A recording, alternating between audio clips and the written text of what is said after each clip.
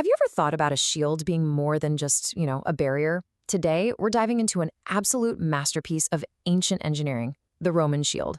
We're going to see how it went from being a simple defensive wall to a seriously sophisticated weapon that completely changed how battles were fought. It seems like a weird question, right? A shield is for defense, period. But what if its design could do more than just block a hit? What if it could actually turn an enemy's attack right back at them? That's the big idea we're digging into here. So to really get the genius of the Roman shield, you first have to look at what came before it. On one side, you've got the Greek aspis, basically a giant bronze circle, the absolute heart of the legendary phalanx. We're talking a bronze wall. And on the other, the Roman scutum, that famous iron curve. Two totally different answers to the same deadly problem. All right, so let's start with the Greeks. Their whole military strategy was built around one powerful formation, the phalanx. And the very soul of that formation was its shield. See, the aspis wasn't just a personal shield. It was a piece of a system. When the soldiers locked them together, they created a literal wall of bronze. If you were attacking from the front, it was like running into a fortress. It was almost impossible to break through. But here's the catch. That incredible strength was also its biggest weakness. The aspis was so heavy, it made the soldiers slow. The formation itself was rigid, which meant if you could get around to the side, they were in big trouble. And most importantly, when a spear hit that flat bronze surface head-on, it didn't really absorb the energy all that well. It was a wall, and any wall can eventually be broken down. Okay, so this brings us to the first huge change the Romans made. And it wasn't about the shape, not yet. It was about the material itself. It was basically a revolution in metallurgy. Now, if you look at this little showdown, you can see the key difference. Bronze was strong, for sure, but iron was a whole other level. It was way more durable against a sharp impact, and, this is crucial, it was much more malleable, meaning you could shape it more easily. This let the Roman engineers start thinking way outside the box, or, in this case, the circle. And this right here is a massive turning point. By making the switch to iron, the Romans built a shield that was lighter and stronger.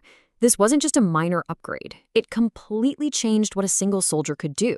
It freed them up from being just one static brick in a wall and paved the way for a much more dynamic, agile way of fighting. But the new material, that was only half the story.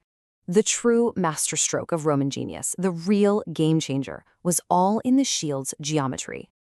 Now, to really understand why that curve was so brilliant, we just need a tiny physics lesson. A spear flying through the air has what's called kinetic energy. That's the force that makes it so deadly.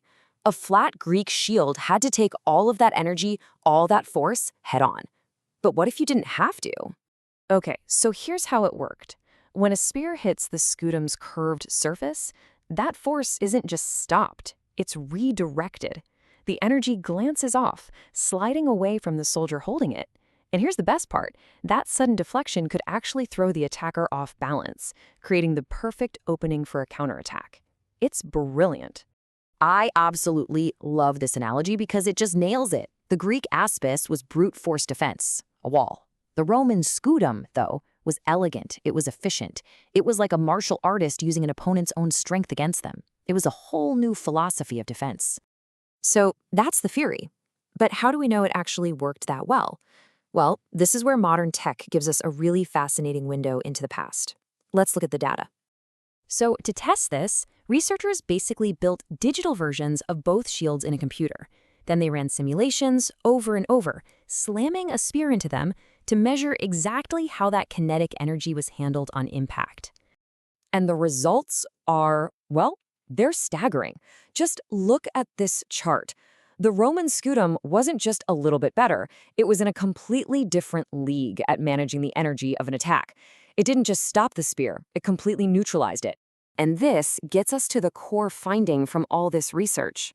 The Roman shield was no longer just a piece of armor. It had become an active part of the soldier's toolkit, a sophisticated, kinetic weapon system. So let's just state it plainly. This is the big takeaway. The scutum wasn't just blocking attacks anymore. It was designed to weaponize the enemy's own energy against them. It turned the very act of defense into a form of offense. This whole evolution is more than just a cool military upgrade. It's actually a powerful lesson in design and problem solving that, honestly, still holds up today. So here's the whole journey laid out in 4 key steps. You start with the static wall of the Greek phalanx. Then comes the material leap to iron. Then the revolutionary geometric shift with the curve. And it all leads to the scutum as a true kinetic weapon. And when you really boil it all down, it comes back to one single brilliant idea. Yeah, the iron was important, but it was the curve that completely rewrote the rules of battle. It's just amazing to think that one simple change in geometry could have such massive consequences. And that kind of leaves us with a final thought to chew on. This principle, using a curve to deflect force and turn defense into a real advantage, it's actually all around us once you start looking for it. Think about the hull of a ship cutting through the water, or the sleek design of a modern sports car, even the shape of a riot shield or a helmet. It's a timeless piece of engineering genius, born on the battlefields of ancient Rome.